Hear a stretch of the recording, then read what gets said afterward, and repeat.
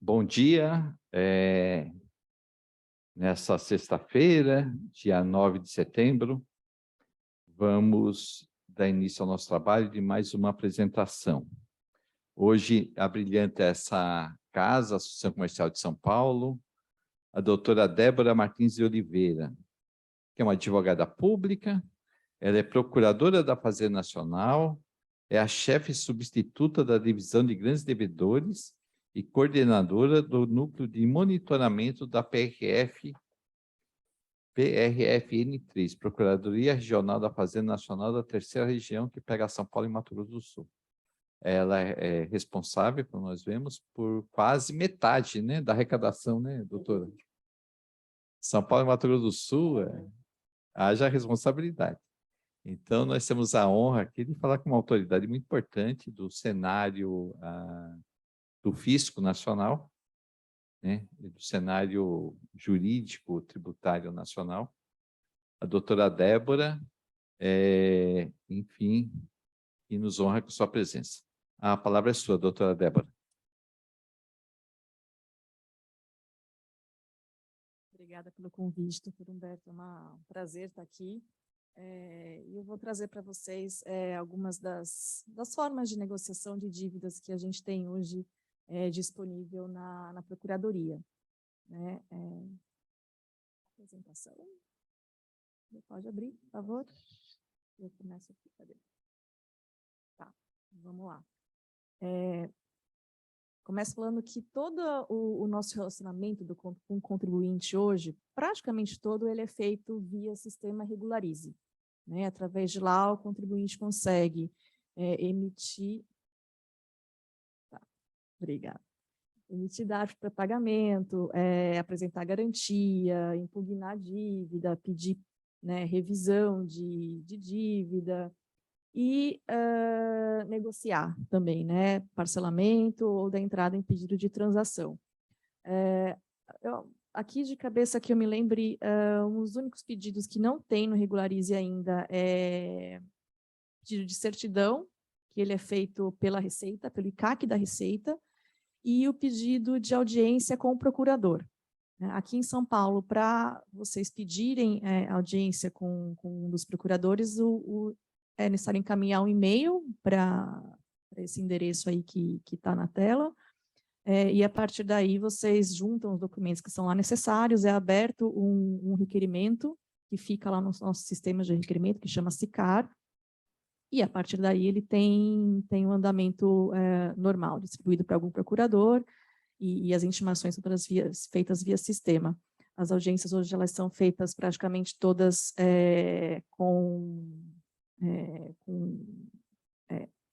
online, né? Via Google Meet. Deixa eu voltar aqui um pouquinho para trás, porque eu quero falar também da Easy, que é o nosso chatbot. Às vezes, umas dúvidas simples, se vocês perguntarem lá no Regularize para a Easy, ela responde. Tem coisa que o contribuinte me pergunta, eu vou lá na Easy, vejo a resposta e passo para o contribuinte. Funciona direitinho, é ótimo. Mas vamos lá. Começar com o parcelamento, a adesão a ele sempre feita via Regularize. Ele é controlado por um sistema que nós temos que chama CISPAR. Né? A gente tem aí alguns tipos de parcelamentos, né, que com ou sem garantia são os principais, e os de estados, de municípios e para os contribuintes de recuperação judicial. Né? Os parcelamentos especiais são aqueles que vêm por meio de uma lei específica, como era a 11941, o PAES, o REFIS, e o controle é sempre feito no CISPAR.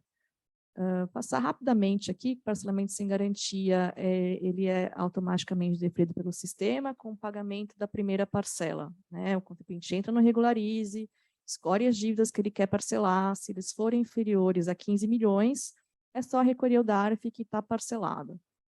Se for acima de 15 milhões, é preciso apresentar uma garantia.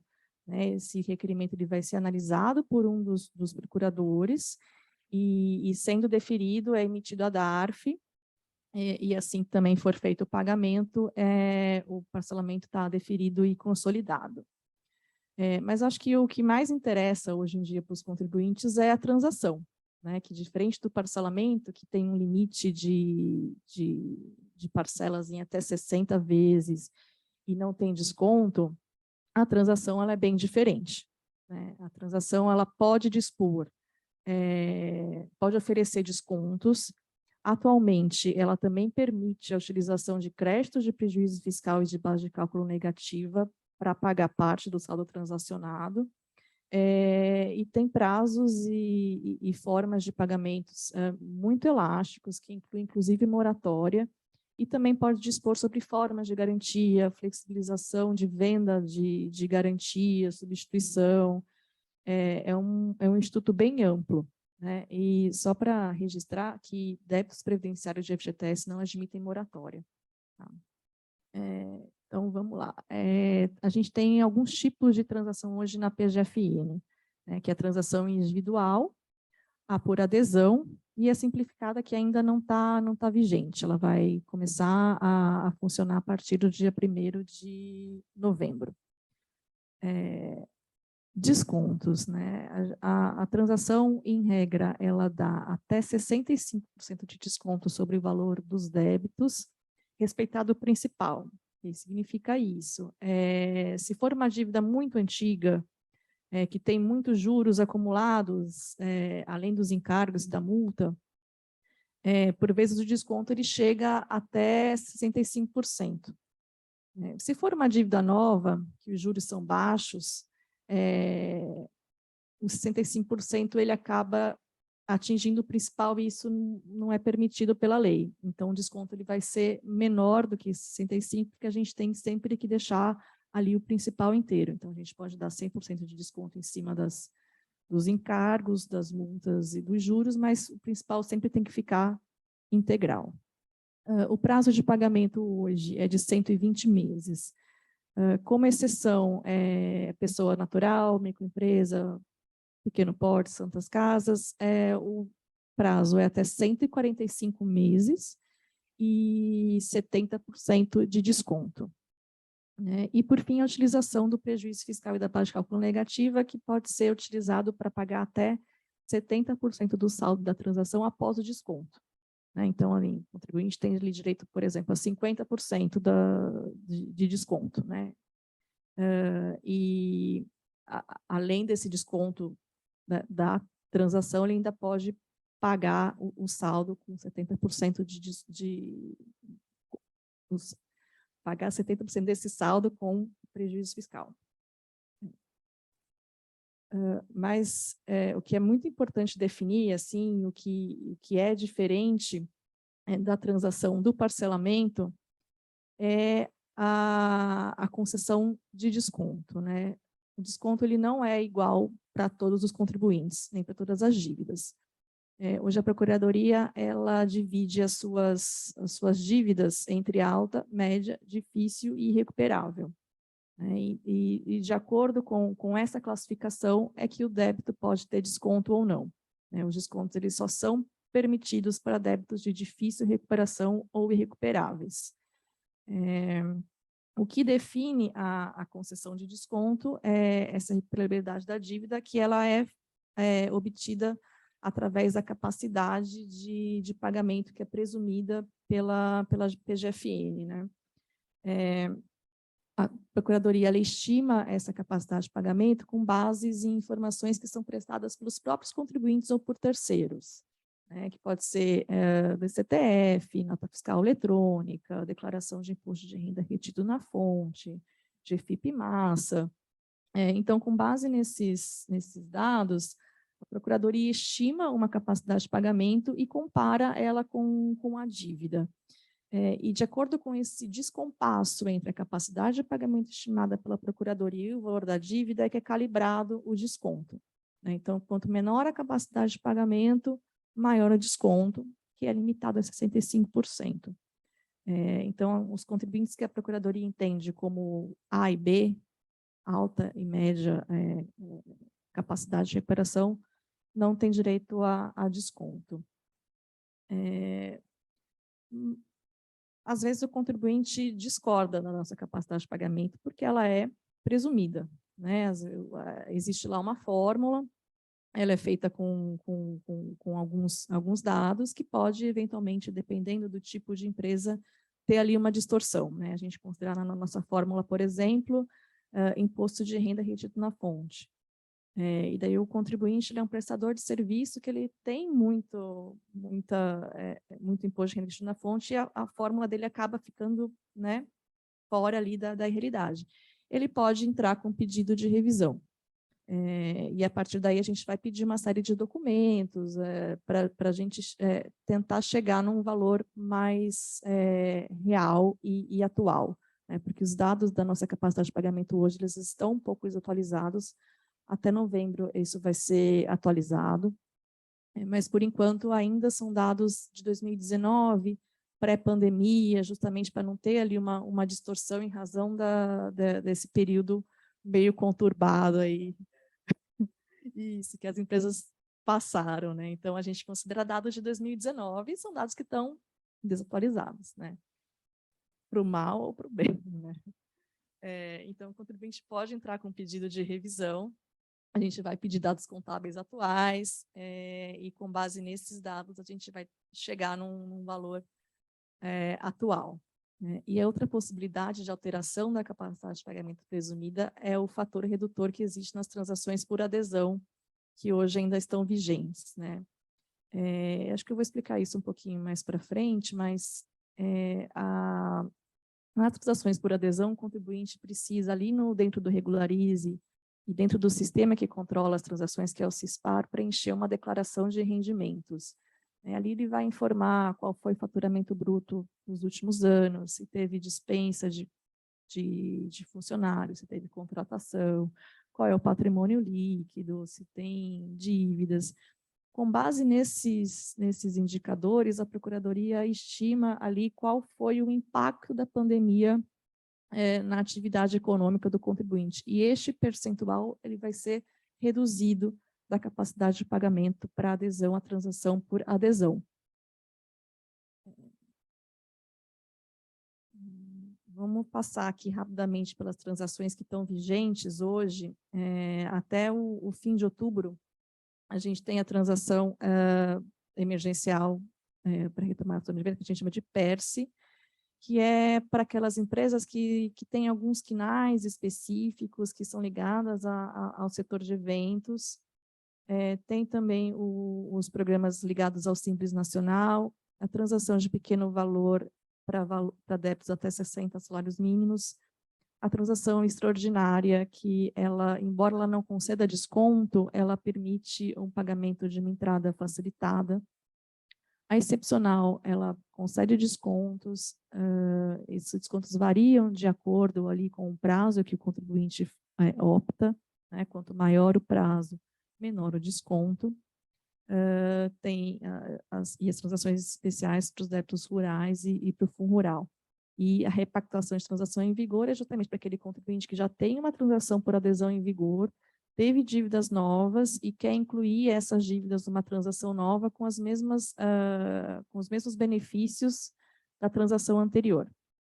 Né? Todas essas transações elas estão abertas para adesão no Regularize até 31 de outubro, mas elas só são permitidas para débitos que já foram inscritos até dia 30 de junho de 2022. Né? Isso é uma limitação do nosso sistema. Né? Como assim, o sistema de transação, ele puxa os dados da capacidade de pagamento e o sistema da capacidade de pagamento ele roda mensalmente, a gente acabou limitando ali, acho que nos dois últimos editais, né, uma data limite de inscrição dos débitos. Né? E se o contribuinte tem uma transação vigente e quer desistir para aderir a uma nova, também tem um prazo ali que é justamente para esperar o sistema rodar. Né? Porque precisa estar tudo bonitinho ali no sistema para poder todas as dívidas aparecerem e não ficar nada de fora. E até o fim do ano também tem a transação da dívida do FGTS. Fazer aqui um resuminho de como que funciona a adesão. Né? Sempre via Regularize, no serviço Negociar Dívida, vocês vão entrar num sistema que chama CISPAR. Né? E daí ali, o contribuinte preenche a declaração de receitas e rendimentos para cálculo do impacto da pandemia E é importante preencher essa declaração, porque algumas negociações elas não vão ficar disponíveis para vocês se vocês não preencherem essa declaração. Eu não sei como que aparece para o contribuinte, mas quando eu tento simular uma transação para um contribuinte que não preencheu, ele dá um erro, né? Faltam dados, falta preencher a declaração. Eu não sei se para o contribuinte a modalidade simplesmente não aparece. Para mim, vem uma mensaginha de erro, né? E a partir daí, com tudo preenchidinho lá na declaração de rendimentos, vocês vão conseguir visualizar todas as modalidades que estão disponíveis ali no CISPAR, e a partir daí vocês conseguem escolher qual é mais interessante, né? O sistema permite a indicação de algumas inscrições, não todas. Dá para fazer aparece lá uma simulação com os descontos que vão ser aplicados, o contribuinte também consegue alterar ali o valor de parcelas, daí dá para voltar para trás, fazer opção por uma outra negociação, para ver se tem mais benefício ou não, se a parcela fica menor ou não, e a partir da confirmação já vem ali a emissão de DARF, para desistir, tem que entrar no sistema e desistir. Né? Tem lá no Regularize um serviço para desistir de parcelamento, mas se quer só testar, não passa da confirmação. Né? Tem ali a simulação, dá para ir e voltar para trás quantas vezes vocês quiserem. Sobre as inscrições que podem ser negociadas, é sempre interessante o contribuinte olhar no Regularize antes quais são as inscrições que eles têm e quais eles querem negociar, porque não são todas que vão aparecer ali no sistema de negociação, porque existem alguns impedimentos, por exemplo, dívida que foi recentemente protestada, né? Tem aquele período ali de 3 dias, depois o prazo de pagamento, então, enquanto ela está em protesto, ela não aparece para transação, né? Então, tem que aguardar um pouquinho. Dívidas que já estão negociadas também, que já estão parceladas, também não vão aparecer, tem que desistir antes. Então, olha lá no Regularize antes de partir para a transação para ver se todas as inscrições que o contribuinte tem vão estar lá disponíveis para negociação e, eventualmente, ali regularizar a situação, né? Desistir de alguma negociação anterior ou aguardar o prazo do protesto.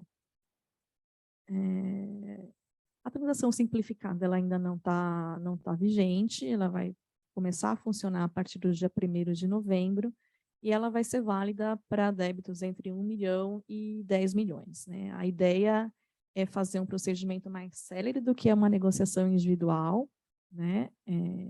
Para atender aqueles contribuintes que, por alguma razão, não conseguem aderir a um edital, seja porque a entrada ali para ele, por mais facilitada que esteja ainda, né, não esteja cabendo no bolso, ele pode apresentar uma proposta de transação simplificada.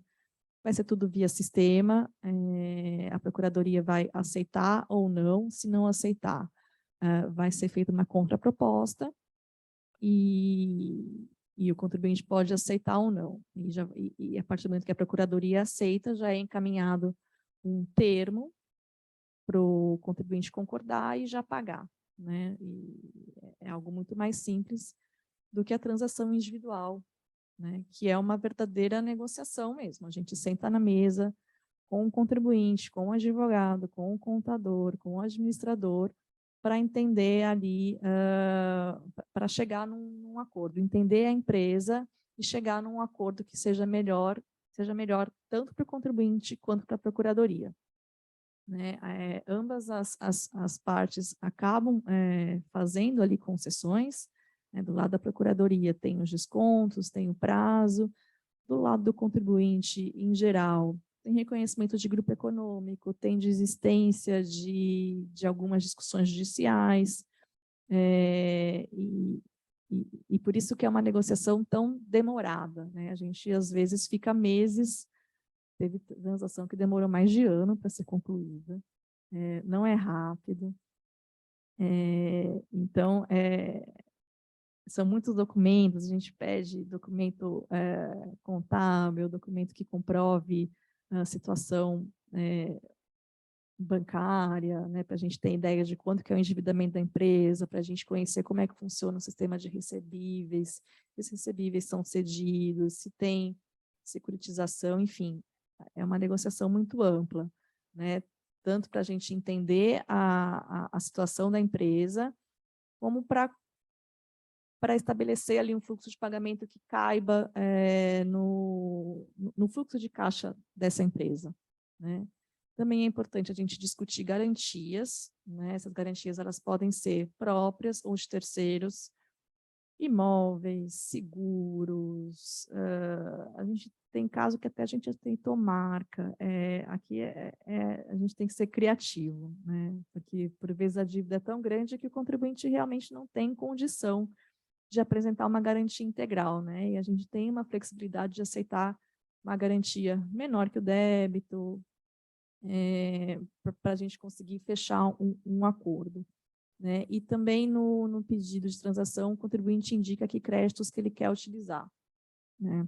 A transação individual, ela tem início também via Regularize, tem lá um serviço, né, de propor transação individual, e o contribuinte também pode, como medida prévia a esse pedido de transação, pedir uma audiência, né, com o procurador, para entender como é que funciona a transação, para já fazer uma exposição da situação, do que vai ser proposto, quais são ali as particularidades do caso. Créditos que podem ser utilizados, né? Hoje, com a última alteração ali da lei de transação, a gente permite a utilização de prejuízo fiscal e base de cálculo negativa, né? Só que aqui na transação da PGFN, a gente tem alguns requisitos, né? Só débitos irrecuperáveis ou de difícil recuperação que podem utilizar o prejuízo fiscal, né? E o uso desse prejuízo ele vai ser excepcional, né? Isso significa que não necessariamente todo contribuinte vai poder usar o prejuízo fiscal, né? Isso vai ser sempre avaliado caso a caso. Esse uso excepcional é quando a utilização desses créditos for necessária para a gente fechar a conta, né? É muito comum a gente ter dívidas de empresas que, por exemplo, estão em recuperação judicial, né? Vem ali mais de R$1 bilhão. Por mais que a gente dê 70% de desconto e eles tenham um prazo de 120 meses para pagar, ainda assim a prestação mensal fica muito pesada, né? Por mais que a gente consiga fazer um plano de pagamento que não seja linear, a transação individual, eu acabei não comentando, mas a gente consegue, na individual, fazer um plano de pagamento que não seja linear, como acontece nas transações por adesão. Primeiro ano mais baixo, ou em algum determinado mês, se o contribuinte tem um faturamento maior, a gente faz umas prestações maiores, pode ser um fluxo que vai subindo ao longo do tempo, ou um fluxo de pagamento que é escalonado. A transação individual tem essa possibilidade de... Isso, mas uma loja, né, que fatura muito no fim do ano. Todo janeiro a prestação dele pode ser mais alta, né, e ao longo do ano fica mais reduzida. Também, então, isso é tudo negociado, né? Exemplo aqui. Enfim, voltando aqui para o prejuízo fiscal, né? Quando a gente, por mais que a gente faça escalonamento de parcela, às vezes a dívida é tão grande que mesmo com desconto a empresa não vai conseguir pagar, né? Então a gente vai fechar um acordo que a gente sabe que não vai ser cumprido, né? Não tem porquê. Aí sim o prejuízo fiscal cabe, porque ele vai ajudar a fechar a conta, a fazer o saldo da transação caber no fluxo de caixa daquela empresa, né? E eu sempre falo assim para os contribuintes que não tem, o pessoal já chega pedindo 70% de prejuízo fiscal, né? Então, não necessariamente ele vai poder usar, né? Não existe um direito absoluto de usar o prejuízo fiscal, assim como também não existe o direito de usar os 70% que a legislação permite, vai ser analisado no caso a caso. E também só é permitido, justamente por essa excepcionalidade, que a gente tem que verificar ali se tem cabimento ou não, que ele só pode ser utilizado em transações individuais. Outros tipos de crédito, né? A legislação permite que créditos líquidos e certos em desfavor da União reconhecidos por decisão ou precatórios próprios ou de terceiros sejam usados para pagar a transação. Né? Na prática, o que acontece? O contribuinte cede esse precatório para a União, essa cessão é levada à homologação do juízo e o juízo já altera o beneficiário do precatório, tirando o contribuinte ou o terceiro e colocando a União. Né? E daí este valor de precatório ele já é lançado imediatamente na conta de transação, ou seja, ele é como se fosse um pagamento mesmo. Né? A dívida ela é reduzida. Né? Por mais que o precatório vá só ser pago daqui a 5 anos, no nosso sistema a gente considera como pago. Né? Então, se o precatório for igual ao valor da dívida, o contribuinte não tem nada mais a pagar, e se for inferior, o saldo vai ser recalculado pelo valor remanescente. Os precatórios estaduais e municipais não têm essa possibilidade da Procuradoria considerar como um pagamento imediato. Né? O procedimento é o mesmo, né? Ele vai ser cedido, vai ser homologado pelo juízo, vai ter lá a alteração do beneficiário, mas a gente não consegue colocar isso imediatamente no nosso sistema, a gente tem que esperar o precatório ser pago. Então, a gente acaba considerando esses precatórios, em geral, como garantia. Né? E quando o depósito vier, ele entra como pagamento. Às vezes até a gente tem conversas com o contribuinte para aderir àqueles editais, né, de pagamento antecipado com deságio, né, para poder receber mais cedo, para não ficar aí na expectativa de receber um precatório estadual que às vezes demora tanto que o prazo da transação acaba, o dinheiro não chegou e cadê o pagamento, né? Então, tem esse problema. Que mais? Algo muito comum, assim, de perguntarem para a gente são créditos de decisão judicial, né? Em geral, os créditos de ICMS na base de cálculo do PIS/COFINS, né? O contribuinte habilita este valor na receita e quer trazer para a transação. Não dá. Não dá porque, assim, as instruções normativas da Receita só admitem o uso desses créditos habilitados em decomp. E a gente não consegue usar a decomp para pagar débito que já está inscrito em dívida ativa. E pela forma, né, que esse crédito é utilizado, ele depende ali da homologação posterior, né? O crédito ele é habilitado na Receita pelo contribuinte, pelo valor que ele indica, e a Receita só vai avaliar isso no momento da homologação da compensação. Então, a gente não tem como utilizar isso na nossa transação, né? Não existe um pagamento condicionado à futura homologação da Receita. Outro tipo de crédito que sim dá para usar são aqueles de ressarcimento, né, ou restituição, aqueles que o contribuinte poderia efetivamente ter restituído, né, receber dinheiro em conta. E esses valores, hoje em dia, com base na última alteração da lei de transação, o contribuinte automaticamente já autoriza a compensação de ofício desses valores. Né? Então, ele adere à transação e eventuais valores de crédito, de ressarcimento que ele tiver para receber, ele já está autorizando a compensação de ofício. Né? Então, assim, até antes da alteração da lei, a gente tinha que fazer ali um negócio jurídico, tinha que conversar com a Receita, era uma coisa mais complexa, hoje vai ser muito mais fácil. Né? O próprio sistema ali, o nosso sistema CISPAR vai conversar com o sistema de compensação de ofício da Receita, e esses pagamentos vão ser também incluídos automaticamente na conta de transação. Transação por adesão no contencioso é uma outra espécie de transação em que, diferente das que a gente vinha tratando até agora, que são a transação da dívida, ela olha para a tese e não para um devedor. Então, aqui pouco importa se quem está transacionando é um grande banco ou se é uma loja lá do meu bairro. Né? A gente vai olhar a tese. E daí o edital prevê ali descontos que eles são aplicados indistintivamente, né? Seja para o contribuinte A, B, C ou D. E os editais, eles indicam ali a tese, que é uma tese de disciplinar controvérsia jurídica, tem alguns requisitos, né, para a gente considerar essa tese como de disseminada controvérsia jurídica.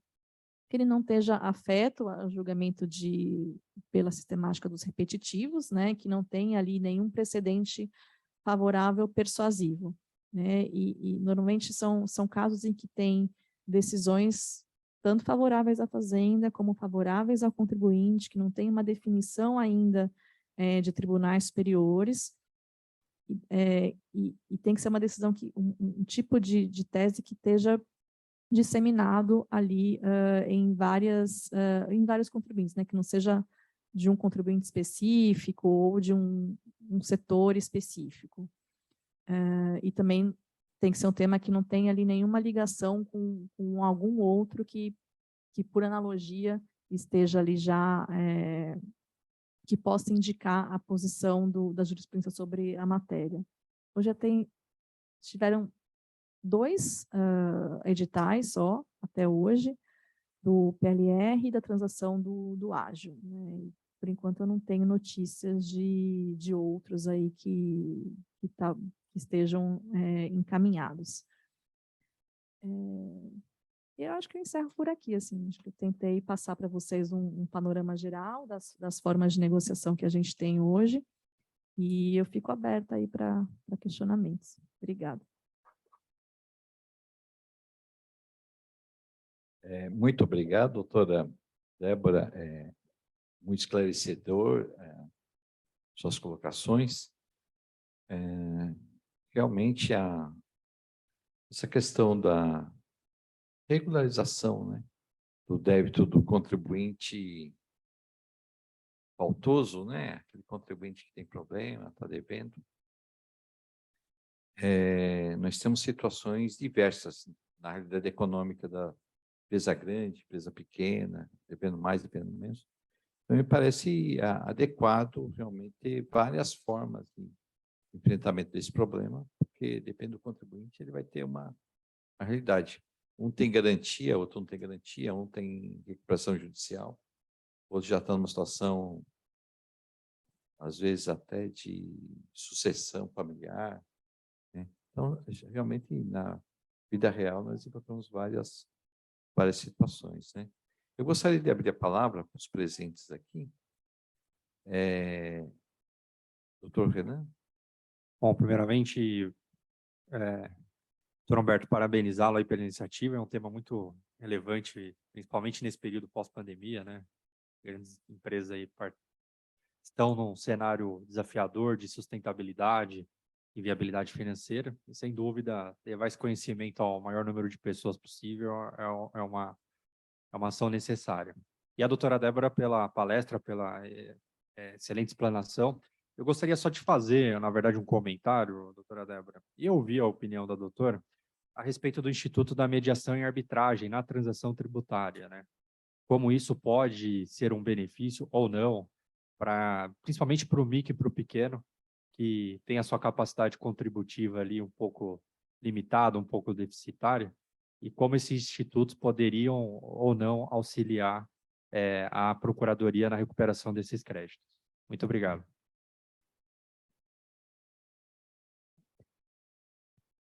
A gente ainda não tem previsão de mediação e arbitragem, mas na transação individual a gente acaba tendo, não existe uma arbitragem, né, porque não vai ter ninguém ali decidindo, mas existe uma negociação bem ampla, né, com o contribuinte.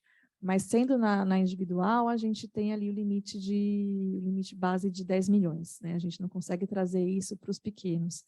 E talvez a gente não consiga fazer isso também por falta de braço, né? Por assim, a gente, só com as transações que são acima de 10 milhões, a gente já está acumulando trabalho, né? Com essa legislação nova aí tem bastante pedido entrando. Então, de fato, a gente não tem braço para negociar individualmente com contribuintes menores, né? Então, eles acabam sendo direcionados a essas transações por adesão.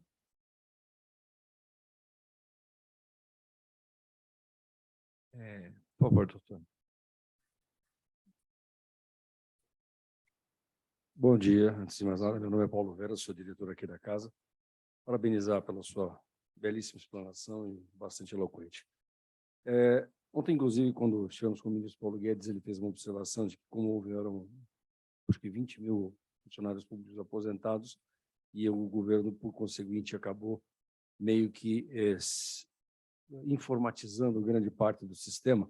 A senhora bem colocou isso, né? Regularize essas coisas todas.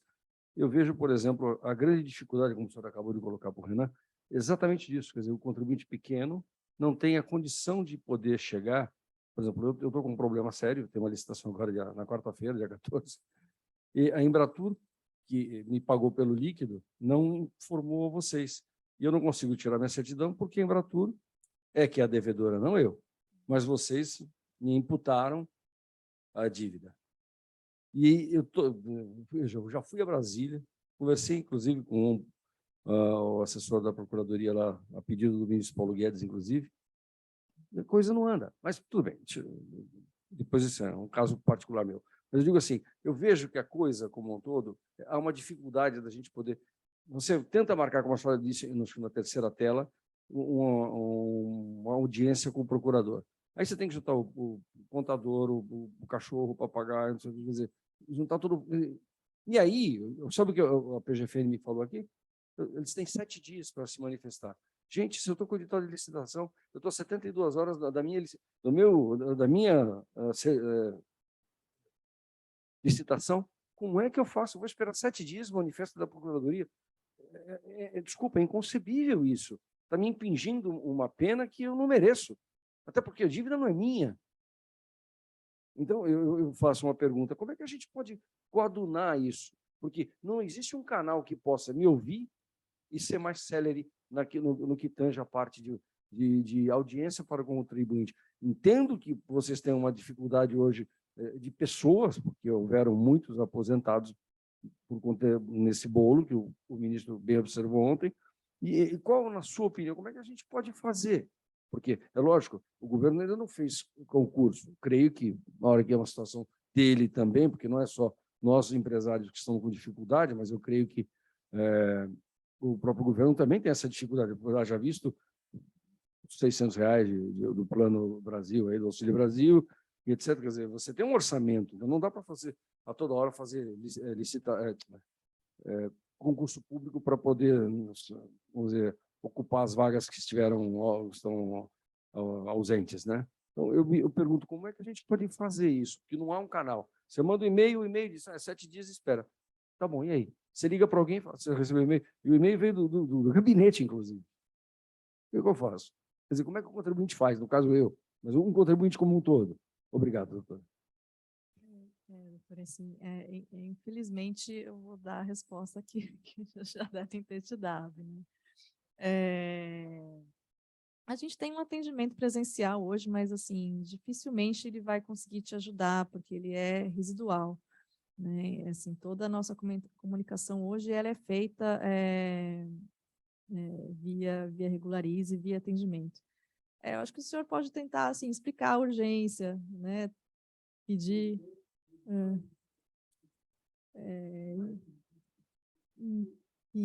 porque assim, lá, a divisão de dívida ativa,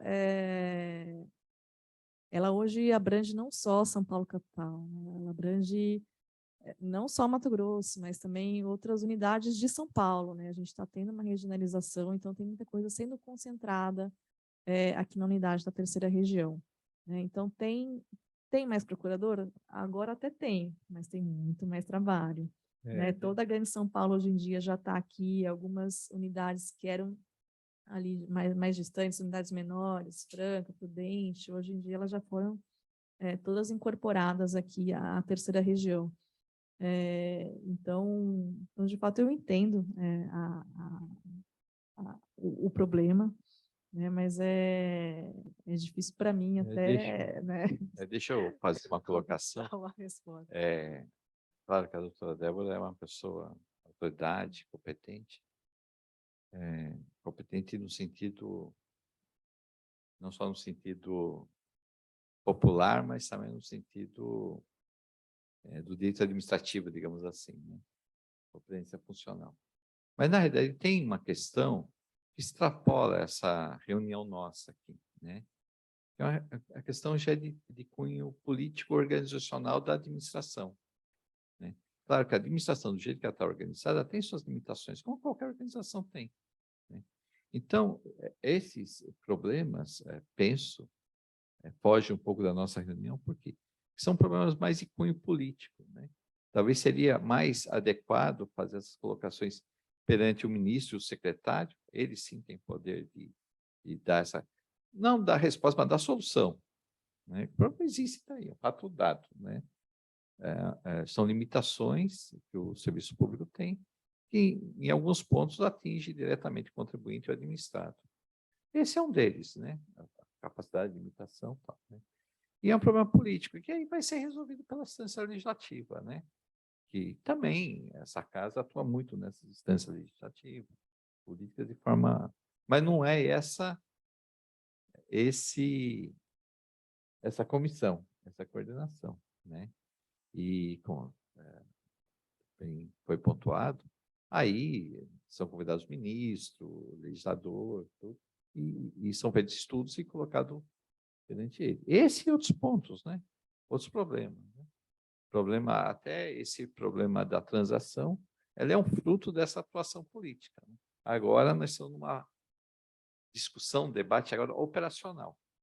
É o que nós podemos fazer dentro das ferramentas que nós temos. As ferramentas são limitadas? São. Mas o debate aqui, é o que é possível fazer. Era a minha observação. O doutor Rogério. Doutor Rogério, por favor.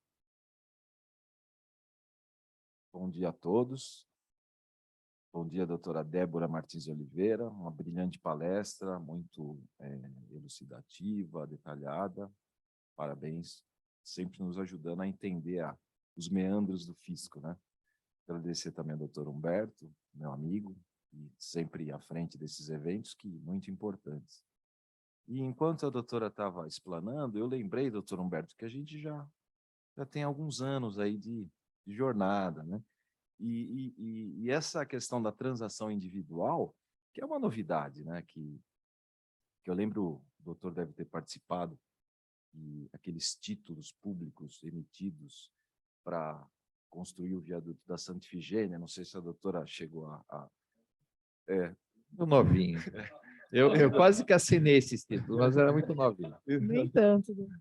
Que eram os títulos, assim, rapidamente, uns títulos bonitos, assim, que foram emitidos para construir o viaduto da Santa Ifigênia, e que aí surgiu uma tese que iria resgatar esse título e esses valores seriam compensados. Isso, eu lembro que na época foi uma coqueluche, uma assim. febre. Eu tive até colegas advogados, lá o Sérgio Marangoni, que adquiriram esses títulos, falaram, é um excelente investimento, enfim, mas depois não aconteceu nada, não tinha base legal para tanto. E aí, enquanto a doutora estava explanando essas questões da transação individual, eu me recordei disso, e foi sempre um anseio da sociedade, né? Ter essa possibilidade de tentar resolver o problema, que tanto do interesse do fisco, quanto da empresa e da sociedade também, que nem aqueles devedores de difícil recuperação, né? Se não recebe 100%, se recebeu 10%, já foi um passo positivo, né, em termos sociais, né? Então, eu queria agradecer essa oportunidade de estar aqui, de estar recebendo essas orientações que eu, de fato, não tinha plena consciência, né? E só uma dúvida que surgiu, se a doutora pudesse esclarecer, que naquele termo cessão de créditos, que tinha ali dos slides, teve um que essa cessão de crédito ela poderia ser por escritura pública, né, nos tabelionatos, ou registro no RTD. A doutora poderia explicar para nós o que seria esse RTD, que eu não sei o que... Registro de títulos e documentos. Isso, no cartório. A gente faz por escritura, né? A gente assina lá um termo de cessão, o contribuinte leva isso para registro, né? E daí depois a gente leva isso para o juízo. O doutor Por favor. Bom dia a todos. Bom dia, doutora Débora, doutor Humberto. Agradecer. Meu nome é Sivaldo, eu represento a Distrital Nordeste. A princípio, agradecer pela palestra, pelos esclarecimentos. E eu fiz aqui uma listinha, vou me dar liberdade de fazer tudo de uma vez, assim eu aproveito a oportunidade única. Primeiro, a dúvida que me surgiu é o seguinte: a desistência de eventual transação anterior, para poder entrar na nova transação, você precisa aguardar um determinado período para que ele seja absorvido pelo sistema, todo rodar e tal. Que me garante, já que eu não consigo fazer simulação, que desistindo daquele, o próximo, o atual, é mais vantajoso. Já que não tenho simulação, não consigo definir, e desistindo, se o próximo não for mais vantajoso, perdi. O segundo tópico é que a transação, na sua explanação, pode levar um ano, né? Uma vez iniciada. A questão é, suspende as execuções uma vez iniciada a transação? Um outro ponto é o aproveitamento do prejuízo fiscal. Tradicionalmente, o prejuízo é aproveitado no lucro real da transação, e a gente está falando de débitos de 10 milhões, são débitos, contadamente, de empresas no lucro presumido. É possível.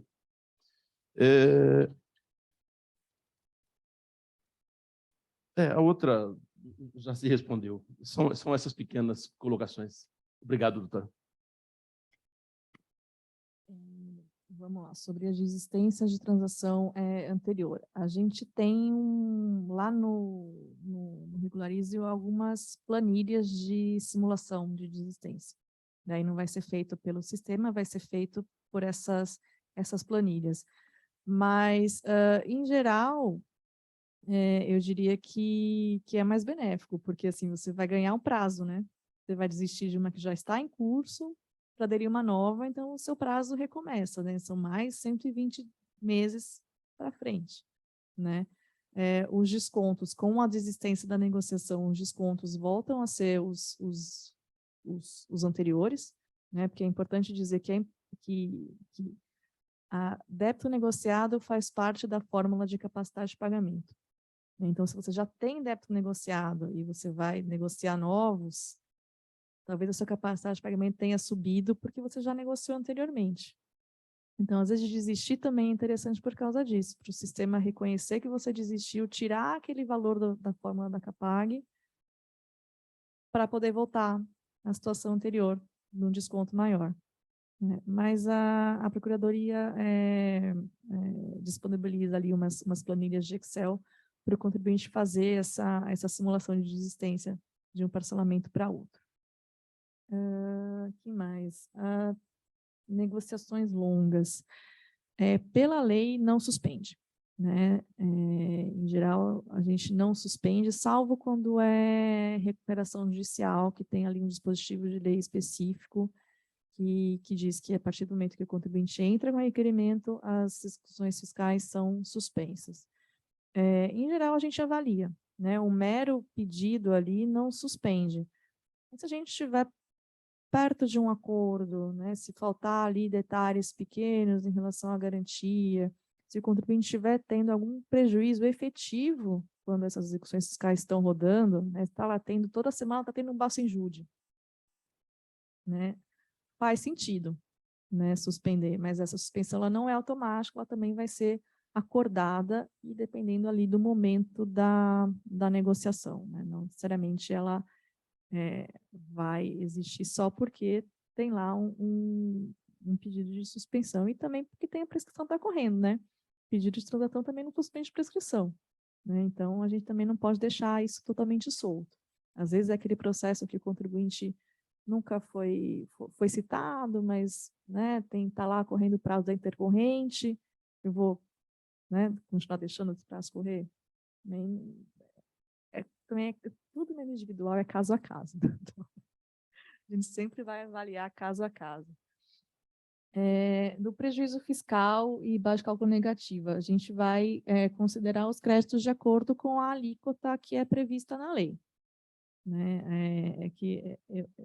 Eu não tenho muita experiência. A transação ela é acima de 10, mas ela até outro dia era acima de 15, e eu, aqui no meu trabalho, eu só acabo lidando com empresas que são de lucro real, né? Então, eu não tenho nem muito conhecimento para dizer como é que funcionam as de lucro presumido. Mas a possibilidade é a utilização de acordo com a alíquota legal, né? No caso das de lucro real, 25% e os 9% ali. Só fazer uma pergunta, desculpa. Em cima dessa autorização do prejuízo, esse prejuízo ele é transferível para terceiro? Dentro de um grupo de empresas. Dentro do grupo de empresas? Sim. Se Então, for um talvez- grupo, se Então, estiver eu negociando... posso imaginar, talvez imaginar a pergunta dele, né? Estou formulando um modelo só para polemizar. Uma empresa no lucro presumido e outra no lucro real dentro do mesmo grupo, assumidamente, reconhecidamente do mesmo grupo. E aí, de repente, a empresa lucro presumido teria débitos, digamos assim, até de difícil recuperação. Eu tenho lá no grupo real lançado, né, prejuízos fiscais. Talvez fosse possível, dentro de um contexto prático. Se essas empresas específico. todas fizerem parte da negociação, sim. Tá. Né? Porque a gente trabalha muito com grupo econômico. Sim, o grupo econômico né? reconhecido, né? Colocado aí todo na mesa. Isso, o grupo econômico reconhecido que todo mundo está aderindo à transação, É. daí a gente pode usar o prejuízo fiscal de uma ou de mais de uma empresa. Tá certo. Por doutor? Obrigado pela apresentação sucinta e clara. Eu sou Luiz Carlos Ferreira de Oliveira, membro desse nobre conselho e do Conselho Consultivo. Sou advogado, mediador e conciliador judicial e extrajudicial. Na tratativa individual, é de suma importância um advogado que entenda de negociação e mediação. A doutora falou da dificuldade de atender os pequenos e médios, né? Porque o braço entende-se, né? Tem algum estudo, alguma possibilidade de fazer como o Tribunal de Justiça faz, de um convênio com câmaras privadas para atender os menores? Porque eu percebi que a intenção é ajudar o contribuinte a pagar. O que falta é braço. Queria saber se existe algum estudo, alguma possibilidade, se já passou por uma iniciativa de fazer um convênio com as câmaras privadas para poder atender os menores. Que eu tenha Obrigado. conhecimento, não. O que existe é essa previsão de transação simplificada, que é justamente para trazer um pouquinho da individual para o contribuinte menor, né? Está ali entre 1 e 10. Vai ser o procedimento mais célere, né? Que foge um pouco da adesão, mas não chega ali a ampla discussão como é na individual. Mas eu não tenho conhecimento se tem algum estudo para trazer câmaras de conciliação, não. Obrigado. Doutora? Doutora Valdete? Alô? Bom, primeiramente, bom dia a todos, né? Quem está aqui, quem não está. Parabéns, doutora Débora. A sua explanação foi bastante sucinta, mas didática. Eu até tenho um pedido a lhe fazer, se é possível a senhora disponibilizar a sua apresentação, e eu vou lhe dizer por quê. Eu sou membro dessa comissão aqui, de orientação e serviços, mas eu também sou vice-presidente do Conselho de Defesa de Contribuinte do Estado de São Paulo. Estamos lutando já faz anos para ter esse conselho e o Código de Defesa do Contribuinte nacional. Eu fui conselheira do CARF, e no CARF se escutava muito aquela questão que vem sempre à tona nas campanhas políticas, nas propostas de reforma tributária, porque os contribuintes devem muito, o montante é irrecuperável. E lá no CARF a gente escutava muito a Receita Federal falar, olha, não é culpa nossa, nós fazemos o lançamento, o contribuinte exerce o seu direito de defesa, e, por fim, a dívida o lançamento do tributário é confirmado no processo administrativo, vai para a Procuradoria, e é a Procuradoria que não consegue fazer a cobrança. Olha quanto que nós temos para receber, olha quantos bilhões, não sei o quê. Sempre esse número é colocado nos discursos políticos, seja de discursos de eleição, né, como nas questões de reforma tributária. Esse montante a ser cobrado dos contribuintes é muito questionável. Todo mundo sabe que ali tem muita coisa, que está emperrada no judiciário, que o contribuinte tem razão, então ele continua discutindo, mas isso acaba que não resolve o problema do montante dos débitos que os contribuintes têm para liquidar ou para resolver ou qualquer outra coisa.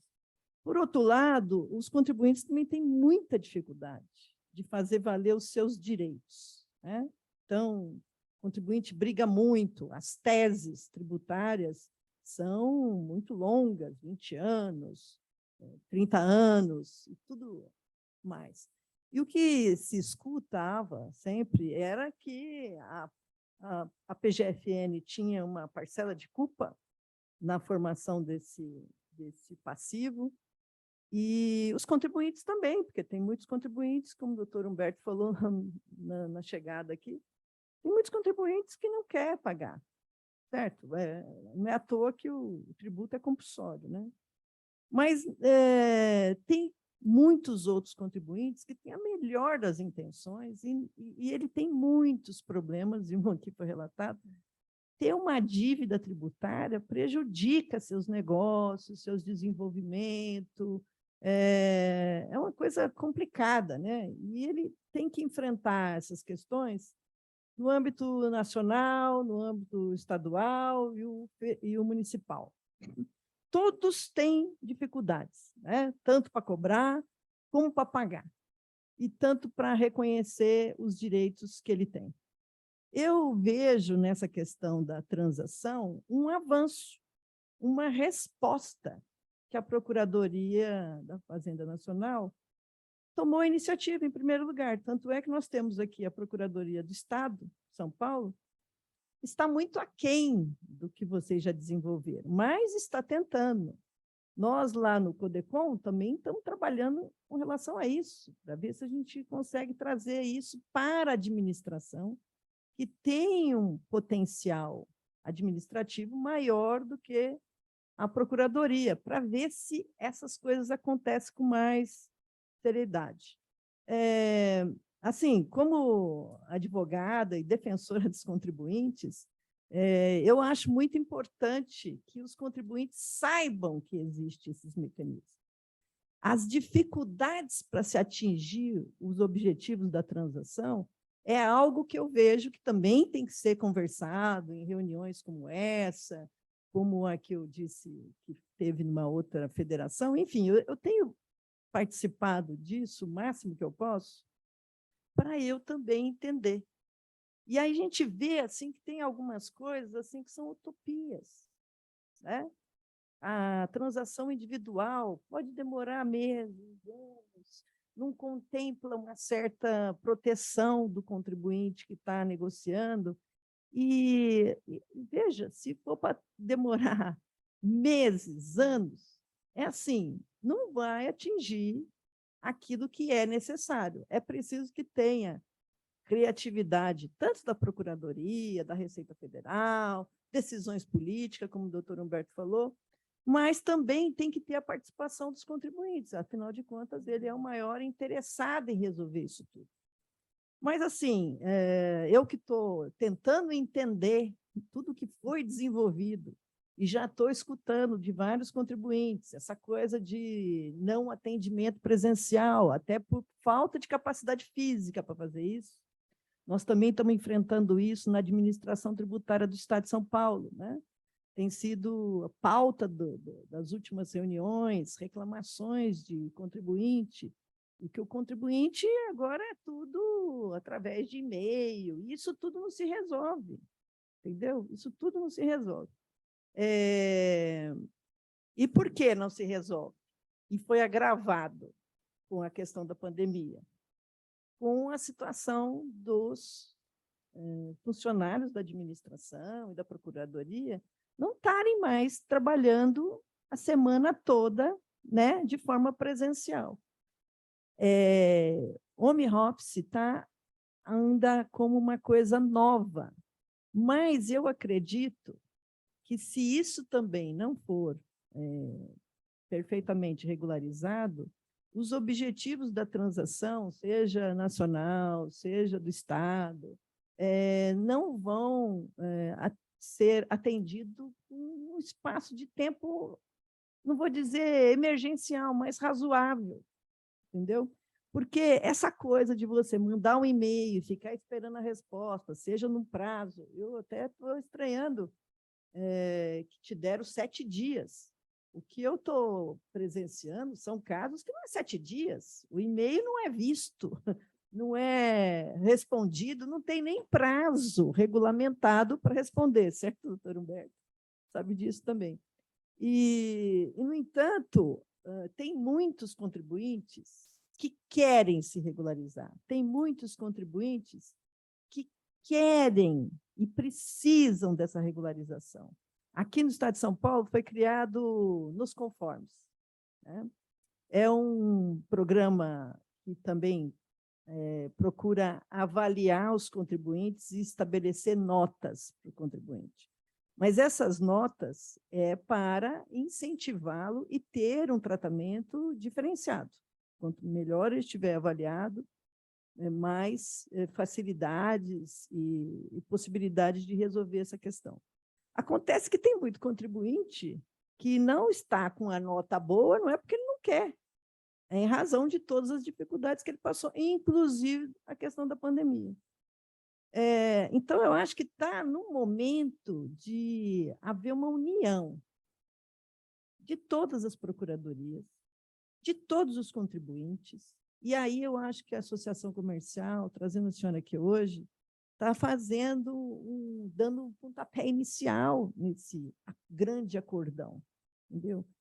Mas eu tenho que seguir as regras legais. Então tem uma legislação. Mas é preciso que os contribuintes, as procuradorias, percebam as falhas daquilo que meritoriamente já foi desenvolvido através dessa transação. O doutor, na sua questão, ele já foi mais além. Então, tem mediação, dá para fazer arbitragem, quer dizer, são mecanismos aí que ainda é pouco conhecido em matéria tributária. Eu tenho algumas restrições com relação à arbitragem, eu ainda acho que eu sou um pouco antiga mas, com certeza, essas barreiras vão acabar sendo superadas. A mediação, eu acredito que essa transação individual é uma verdadeira mediação. Pelo menos a mediação que eu conheço é essa mesmo. Só que, em matéria tributária, como o crédito tributário não é disponível, é uma mediação muito limitada. Eu não sei, eu acho que tem que ser falado limitado, porque tem tantas possibilidades, mas ela é tão regulada que ela tem paredes, né? Você vai até ali, volta, volta, tal. E assim, muito também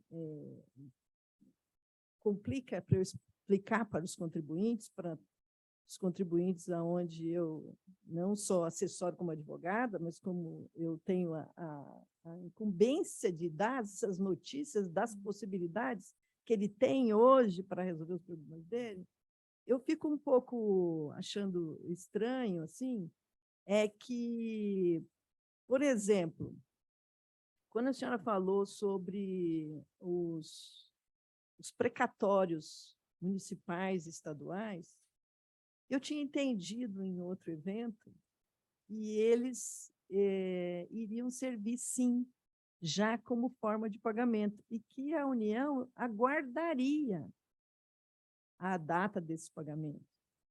Aqui a senhora falou, já que, na verdade, esses precatórios eles estão só servindo como garantias, e que, às vezes, o pagamento acaba acontecendo depois do fim da transação. A transação é tão nova, doutora, que a gente não chegou no final de nenhuma ainda, pelo menos as grandes. Sim, então, é meio preocupante, porque acaba sendo frustrante para os contribuintes aquilo que a gente vem informando. Eu conheço empresas que têm precatórios e que estão na fila aí para receber. Eu sei que tem precatórios municipais que, com todas as mudanças na legislação, era até 2024, passou para 2028. O Estado de São Paulo fez um planejamento excepcional para atender e pagar os precatórios inscritos até uma determinada data, até 2024. Aí veio a pandemia, conseguiram mudar isso no Congresso, uma emenda constitucional, jogou para 2028. Mas eu sei que tem muito entes da federação, municípios, que não vão conseguir pagar até o dia 28. Mas, de qualquer forma, existem muitas origens de precatório. E essas origens, de uma certa forma, é aquilo mais ou menos que ele contou, alguém entrou num projeto confiando e etc., etc., e agora não está vendo o seu investimento, ou então teve uma desapropriação, ou até tem precatórios. A União conseguiu também, o precatório da União, que era um precatório que ninguém nem tinha interesse de vender, porque a União pagava, colocava no orçamento. Nós tivemos aí também uma dilatação desse pagamento. Nós tivemos, de novo, né, aqueles que têm precatórios.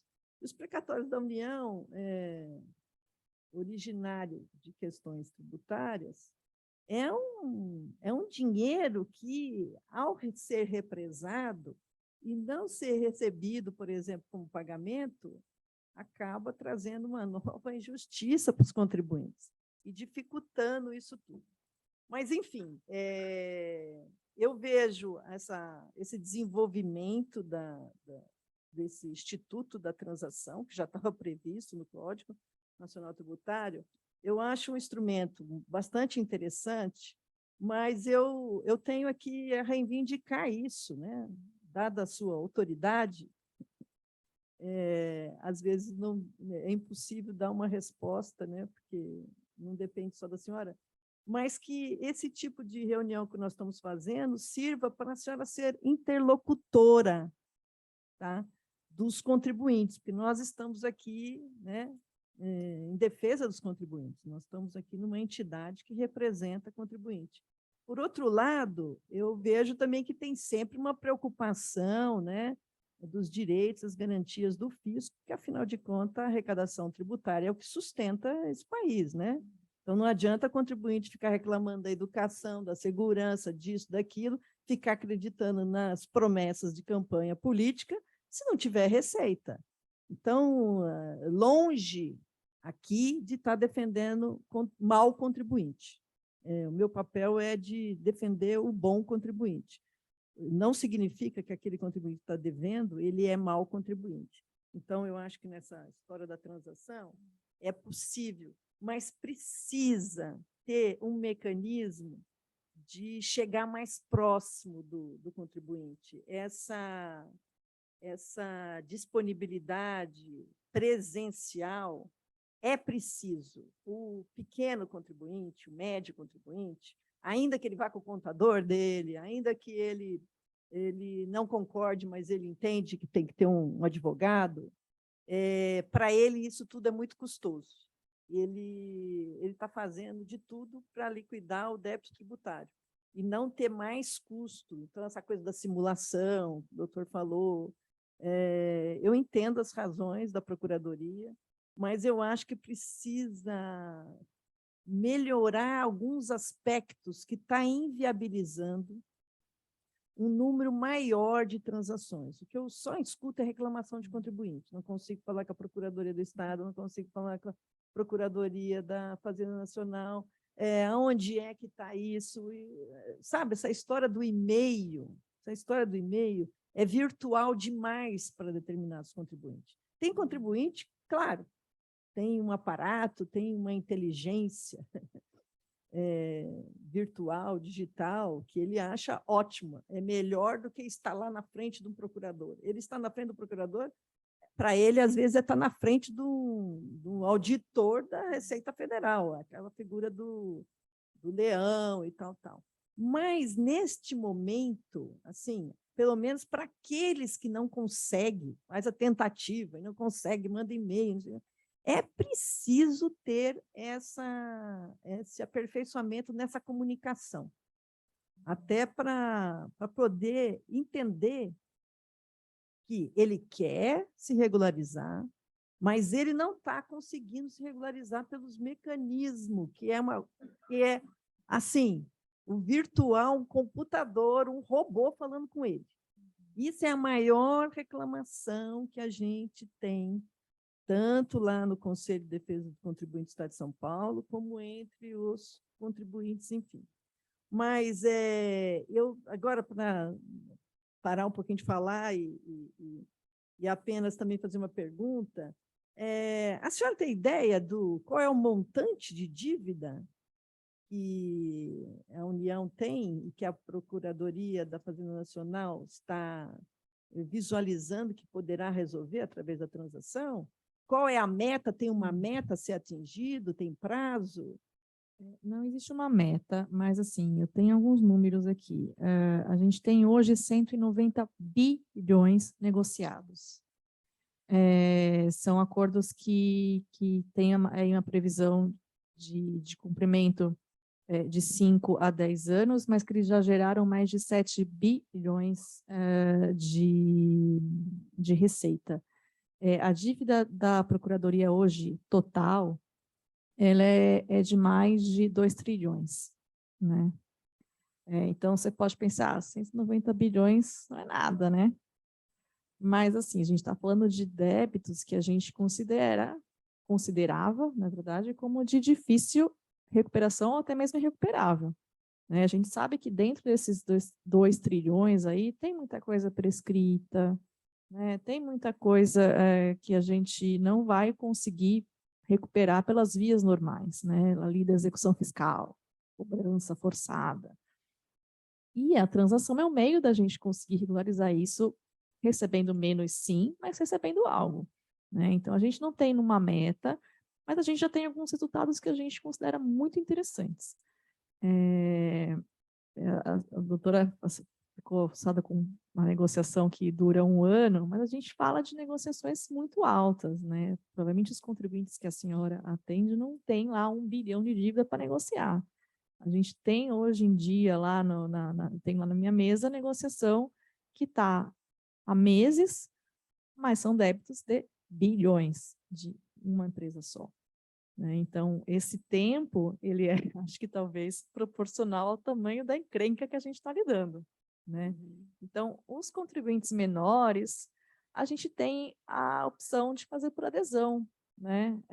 Não tem por que o contribuinte ficar discutindo com o procurador se ele tem a disponibilidade dele uma transação por adesão, não existe sequer garantia.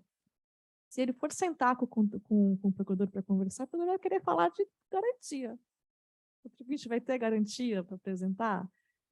Então, existe esse caminho hoje da adesão justamente para atender os pequenos, né?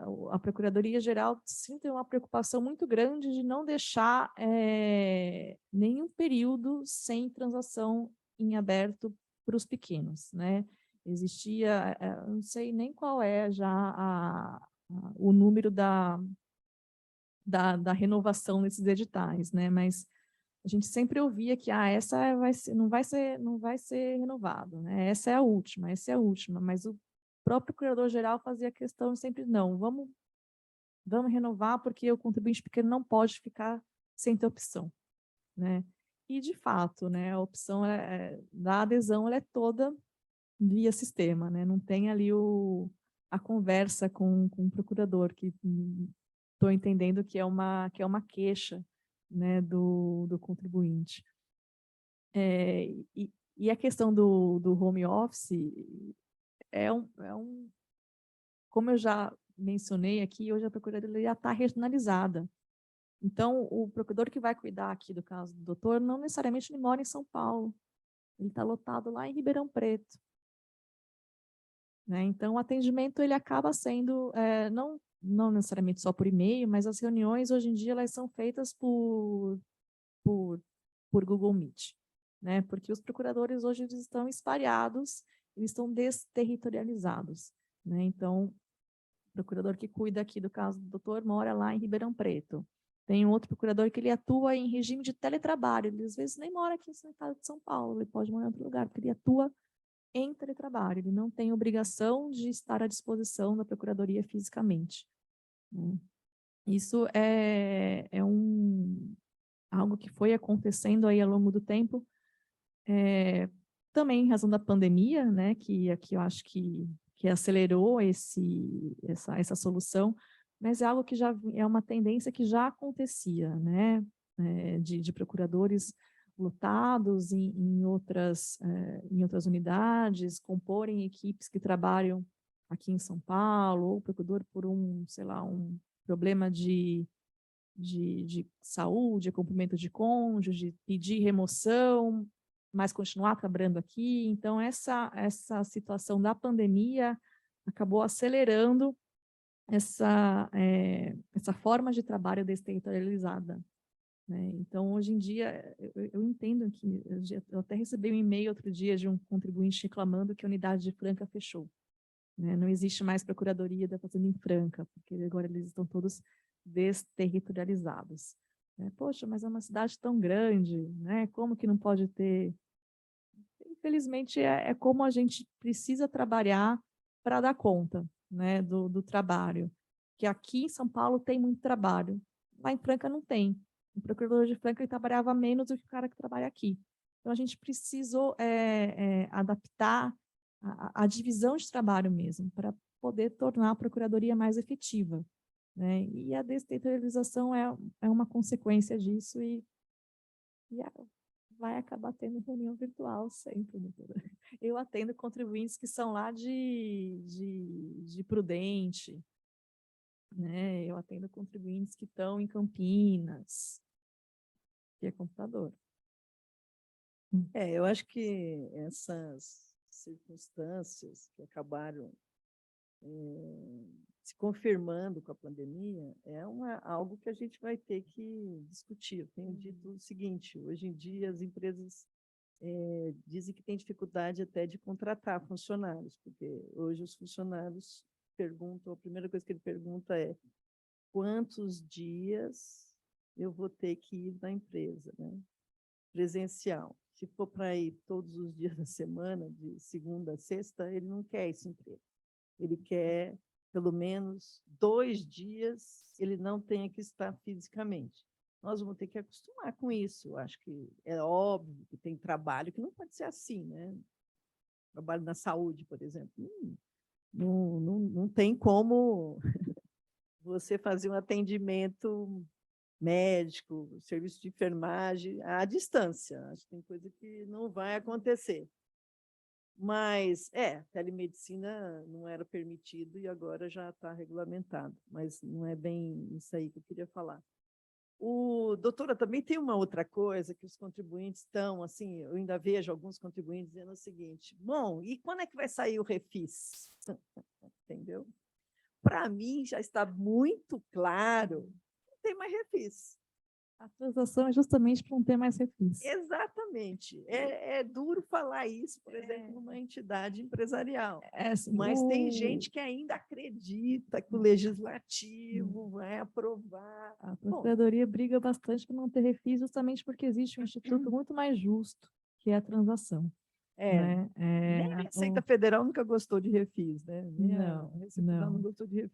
Porque, assim, digo que a beleza da transação é que ela trata os desiguais de forma desigual, né? O refis, ele permitia que o banco tivesse o mesmo desconto que o seu cliente. É justo? Não é?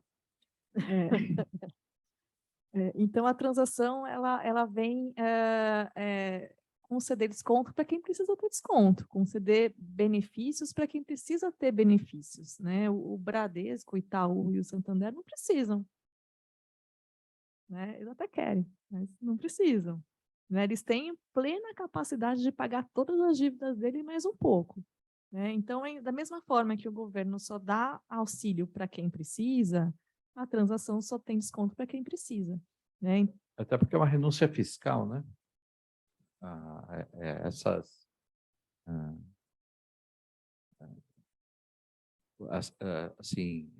Descontos são renúncias fiscais. Então, tem que ser levado com muita seriedade, esse tipo de coisa. Não é? Realmente concordo com a doutora. Não pode ser linear. Né? Todos os contribuintes entram no Refis e tem 70% de desconto para eles pagar à vista. Não, alguma coisa está errada. O contribuinte, o empresário que se esforçou em pagar, se sentia roubado nessas horas. Essa é a verdade.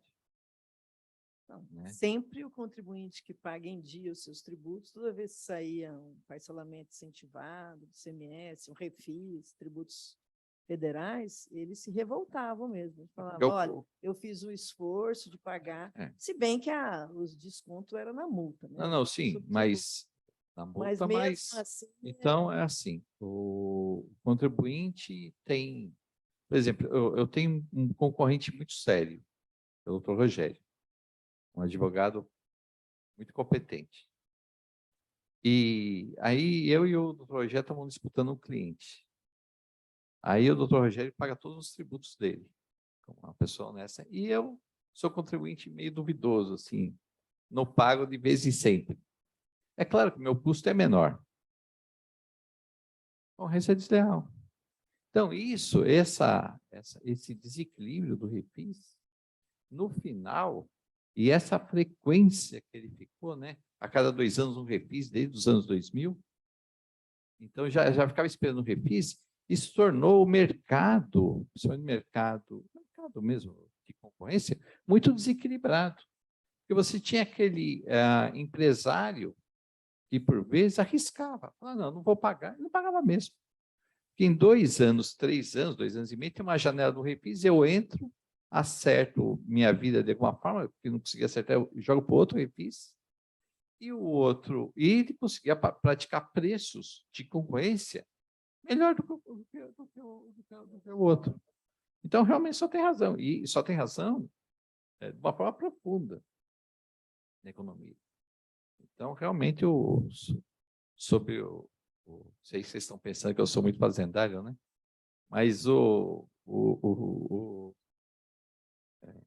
represento as 420 associações comerciais de São Paulo perante o Fisco Estadual, lá no CODECOM, no Conselho de... Então, eu sou fazendário mais ou menos, também defendo o bom contribuinte. Doutora Débora, toda vez que ele vai falar lá no CODECOM, ele começa falando essa representação que ele exerce lá em 420. Não tem nenhum outro representante de outra federação, de outra entidade que carrega nas costas uma representação tão grande como o doutor Humberto. Mas o fato dele ter sido procurador da Fazenda Nacional, às vezes, confunde. Parece que ele está defendendo o fisco. Mas às vezes, para disfarçar, e eu digo assim, eu só defendo o bom contribuinte. O bom contribuinte, e sendo contra o mau contribuinte, de uma certa forma, eu também estou defendendo o fisco, né? Lá nas reuniões. Então, é mais ou menos por aí. Mas eu acredito que esse desenvolvimento do Instituto da Transação Tributária, feita pela PGR, é uma iniciativa bastante louvável, elogiável. Eu espero que vocês tenham sucesso, que vocês pousem nos casos também mais comuns, entendeu? De contribuintes, não de contribuintes que devem 1 bilhão, não sei quantos milhões, né? Porque nós estamos cada vez mais vivendo num país de pequenos empresários, de iniciativas mais simples e que estão aí lutando para sobreviver, né? Então, e tem que ter um olhar também para esses contribuintes médios, pequenos contribuintes. Esses que devem bilhões e já estão, na grande maioria, naqueles assim que vai ser bem complicado, bem difícil de receber, mesmo com esse Instituto da Transação, né? A não ser que um outro grupo grande compre, e aí compra a dívida, e aí tem o interesse de ir lá. São casos bem específicos, né? Às vezes a empresa que foi sendo esvaziada, que continua de outra forma, tem fraude no meio, enfim, daí é outra conversa, mas às vezes tem dinheiro. Tem dinheiro. Sim, sim. Tem gente que não tem, mas tem gente que tem. Eu acho que pagar imposto é uma questão de administração, né? O contribuinte, que não paga imposto, muitas das vezes é porque ele está fazendo uma concorrência desleal, achando que deixando de pagar o imposto, ele vai oferecer o serviço, a mercadoria dele, um preço mais barato, e aí entra nessa guerra. Eu acredito que em algumas situações é preciso fazer isso, mas na grande maioria, não. O tributo ele tem que estar no preço, na verdade, o contribuinte de direito ele é um mero apurador e recolhedor do tributo. Na verdade, quem sustenta mesmo a arrecadação tributária é toda a sociedade brasileira. Oxalá que nós tivéssemos um desenvolvimento econômico fantástico e que todo mundo pudesse ter receitas e gerasse tributo correspondente para a gente ter uma nação assim, que todos nós desejamos, né? Mas, mais uma vez, parabéns. Esses números que a senhora falou dá uma noção assim também para a gente, para imaginar que é preciso, e eu tenho certeza que a Procuradoria está se esforçando, porque os números são muito elevados, né? Então,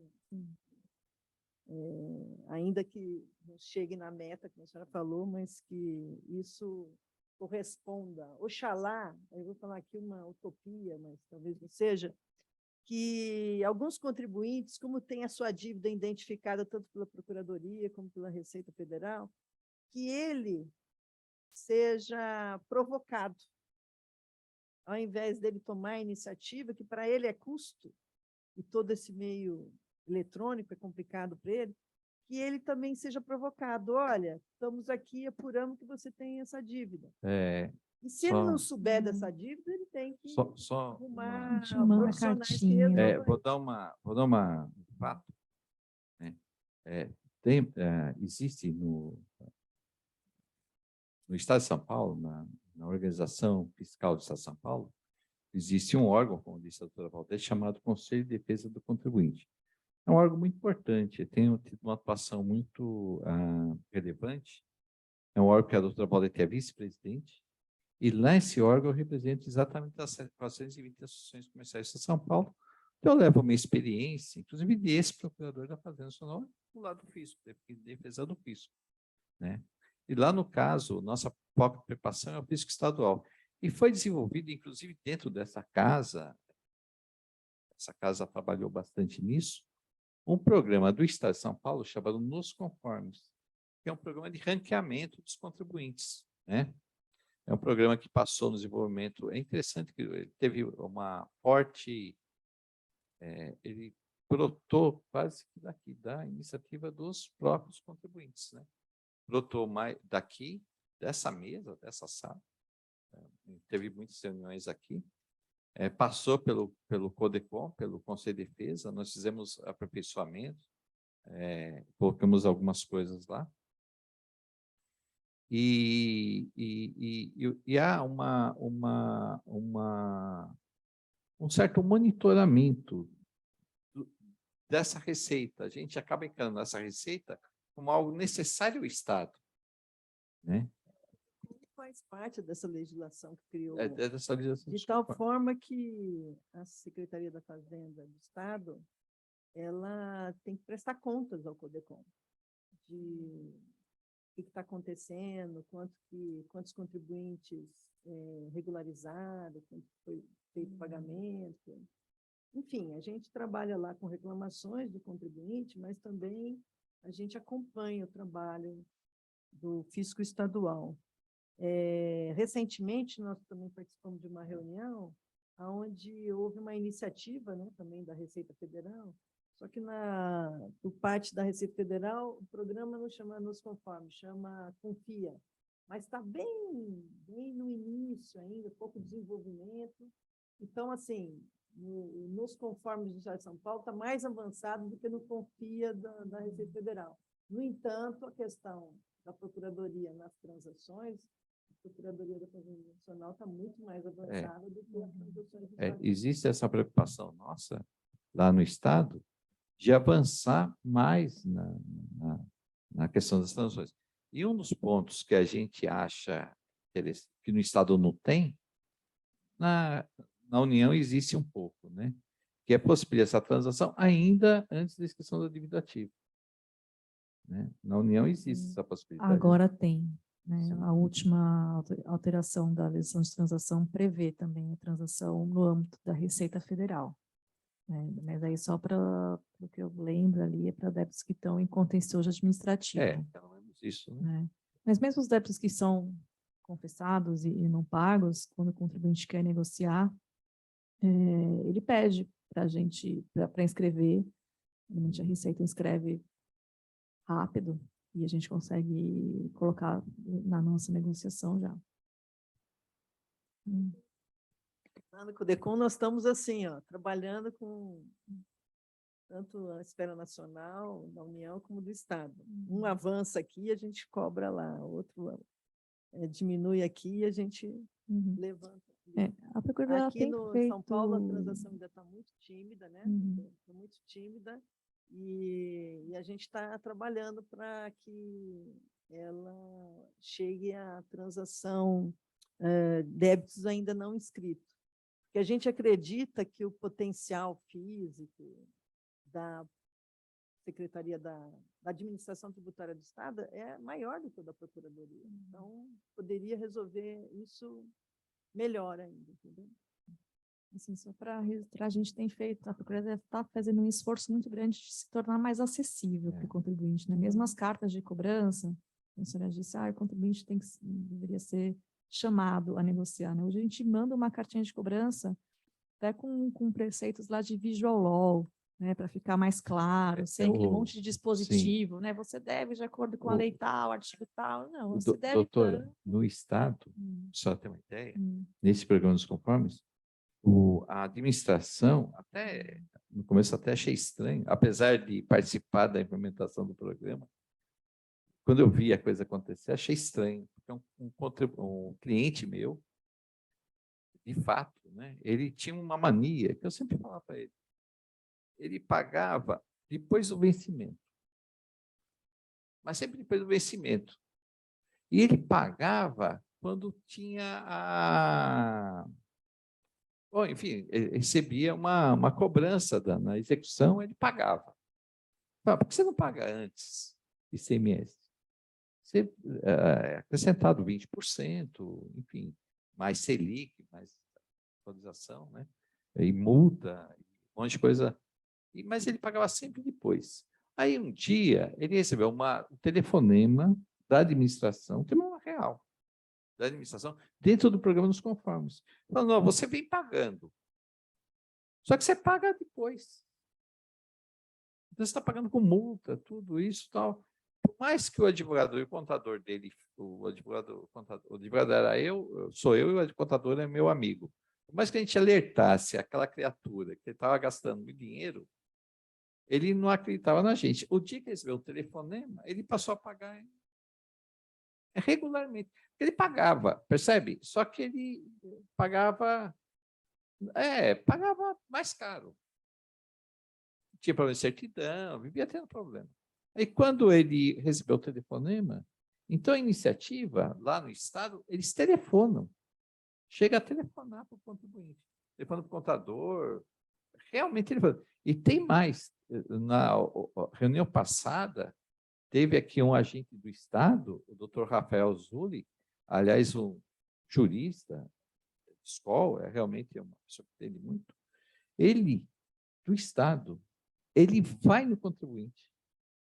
Ele verifica o contribuinte, claro, por indicativos que tem lá, merece uma visita, e ele avisa antes, eu vou aí, e não é uma fiscalização. É uma visita de esclarecimento. Ele vai lá e faz o contribuinte quase que pagar, né? Digamos assim, mas ele vai no contribuinte.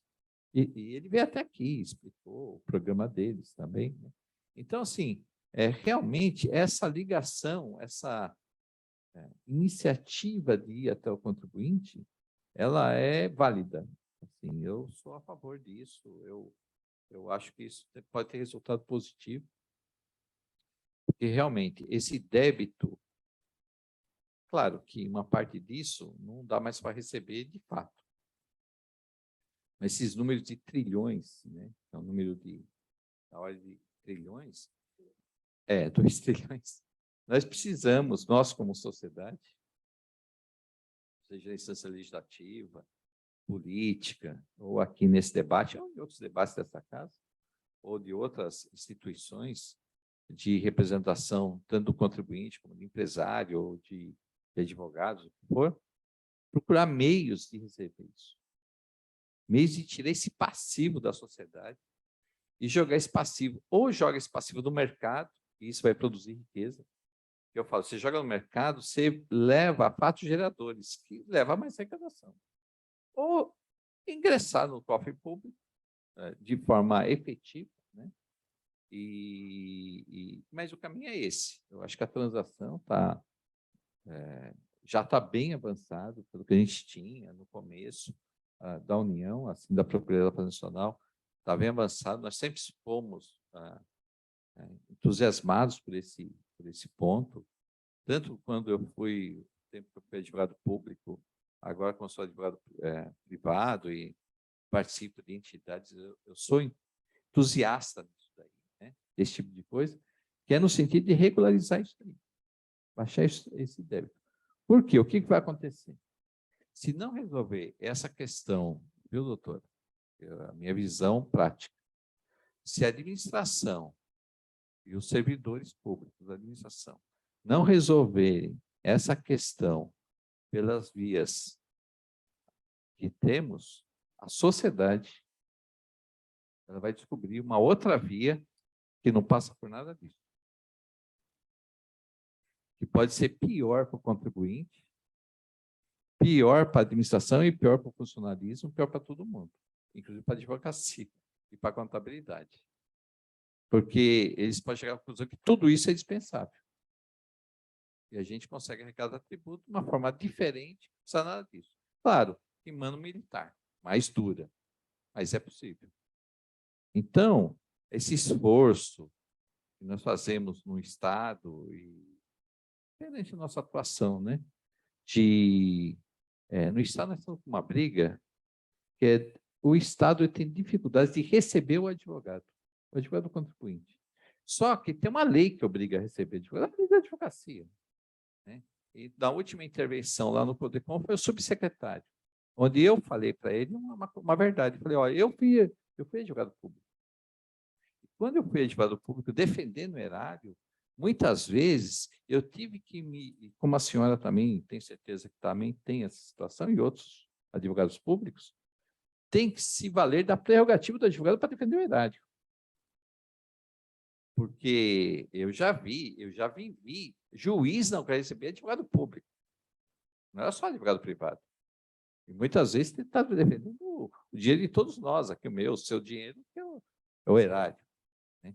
Então, essa questão da prerrogativa do advogado é muito importante. E dentro dessa subcapítulo da prerrogativa do advogado, existe a necessidade e a prerrogativa de ser atendido pessoalmente. Não só pelo... Claro, tem instâncias, tem uma instância que você manda um e-mail, tem uma instância que você preenche o formulário, e não precisa nem mandar e-mail, tem a instância da reunião pelo meeting, pelo Zoom, e tem instância que você tem que colocar alguma coisa na mesa, né? Talvez numa situação emergencial, como o colega colocou, eu tenho uma situação emergencial, né?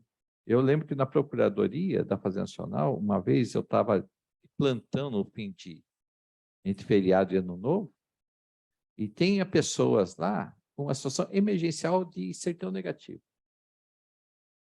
E muitas vezes, pessoas bem pobres mesmo, porque tinha sorteio de casa lá naquela época de CDHU. E a pessoa tinha um sorteio de casa e tinha poucos dias para juntar todos os documentos, senão ela perdia a casa.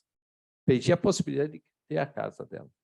E muitas vezes, isso era frequente, infelizmente, aquela pessoa muito simples, muito pobre, na hora de tirar a certidão negativa, descobria que ela tinha um pequeno débito de 200, 300 reais, que a impedia de soltar a certidão. Então, ela tinha que pagar e ter uma certidão, mas os 10 dias que tinha o prazo regulamentar, não dava tempo de sair o documento.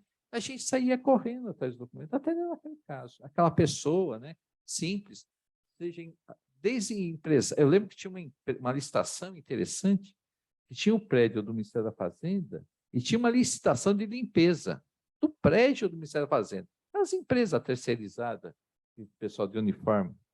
E a empresa que frequentemente já vinha fazendo, tinha que renovar o contrato, ela tinha um problema de certidão. Aquele problema não é bem...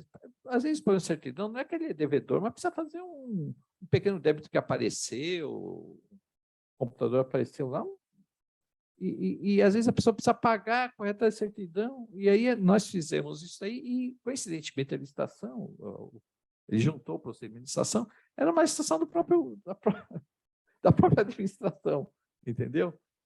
Então, esse atendimento excepcionalíssimo, digamos assim, mas fechamos a procuradoria numa cidade tal, só tem em São Paulo. E tem em São Paulo, não tem problema, né? É claro que tem um horário de atendimento das 8 a... Precisa ser que nem o judiciário aí, mas que tenha efetivamente uma possibilidade de, pelo menos, o advogado, no cumprimento da lei, da advocacia. As pessoas que me conhecem sabem, eu sou um defensor da advocacia, pessoalmente sou um defensor da advocacia pública e privada. Eu sempre defendi a advocacia pública e privada. Eu tive um chefe, o meu primeiro chefe da Procuradoria Regional. Quando eu fui para a Procuradoria Regional da Fazenda Nacional, a gloriosa PRFN3, tinha um chefe lá. E o chefe falava o seguinte, uma frase que me marcou. Eu sou advogado, estou procurador da Fazenda Nacional. Ele falava, eu sou advogado, eu estou procurador. Então, essa questão da prerrogativa era uma questão que a gente levava muito a sério, né?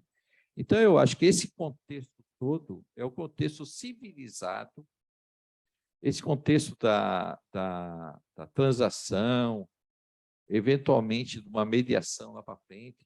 A arbitragem precisa ser visto com mais cuidado, a arbitragem é mais complicado, mas pelo menos da mediação e da transação, ela realmente precisa ser, essa ideia precisa ser desenvolvida.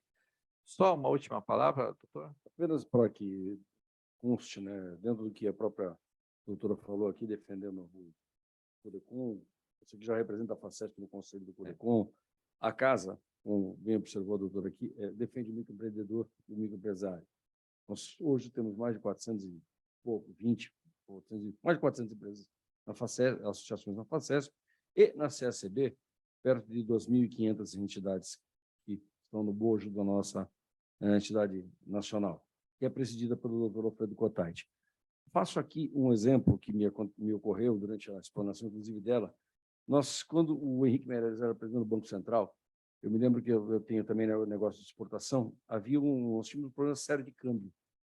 E o Alexandre Schwartzman, que era o diretor de câmbio, eu era diretor da Fiesp à época, foi fazer uma apresentação para nós, dizendo, olha, tinha mais de 420 normas, instruções normativas, não sei o que, era uma coxa de retalhos.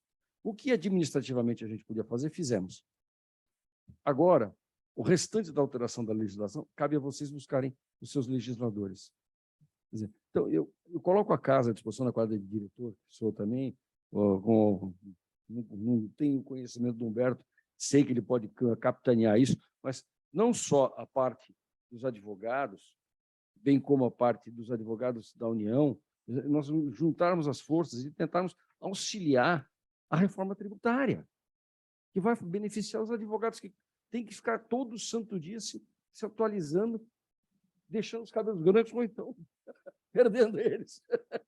E porque como agora vem a parte política, na convergência de uma nova legislatura que vai entrar em 2 de janeiro, nós precisamos começar a pensar nisso, porque senão nós vamos morrer louco. Que eu, como contribuinte, estou sofrendo as penas aqui.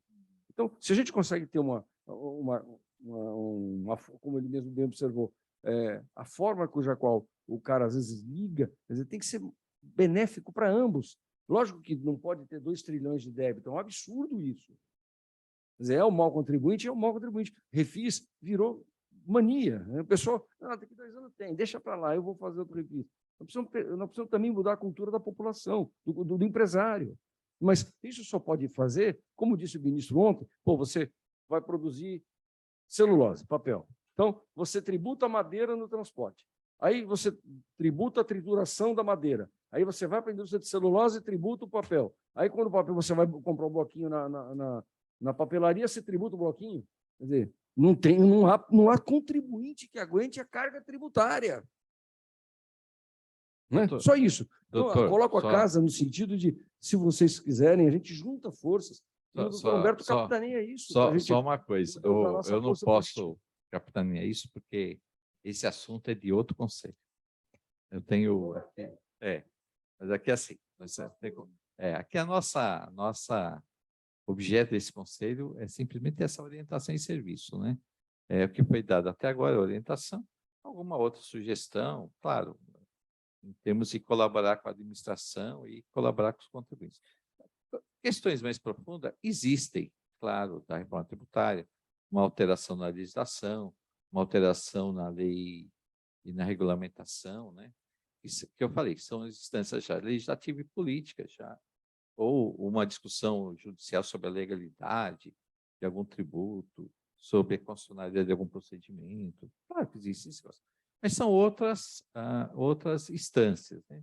Então, a instância aqui é mais, nossa instância ela é mais operacional, digamos assim, né? Mas eu queria, por fim, agradecer a doutora Débora pelo a sua clareza, a sua objetividade e pela disponibilidade de dividir o conhecimento com a gente. Muito obrigado e as palavras finais são suas. Eu que agradeço, doutor, o convite. Vou levar ali para o nosso setor de atendimento as demandas que vocês trouxeram, e daí, na medida do possível, a gente reformula, né? Tenta ali. Tem um atendimento presencial, sim, mas ele não é feito por procurador, é feito por funcionários, ele é residual, mas vou levar o questionamento de vocês para lá para entender ali o que o pessoal consegue fazer. Obrigada a todos. Muito obrigado.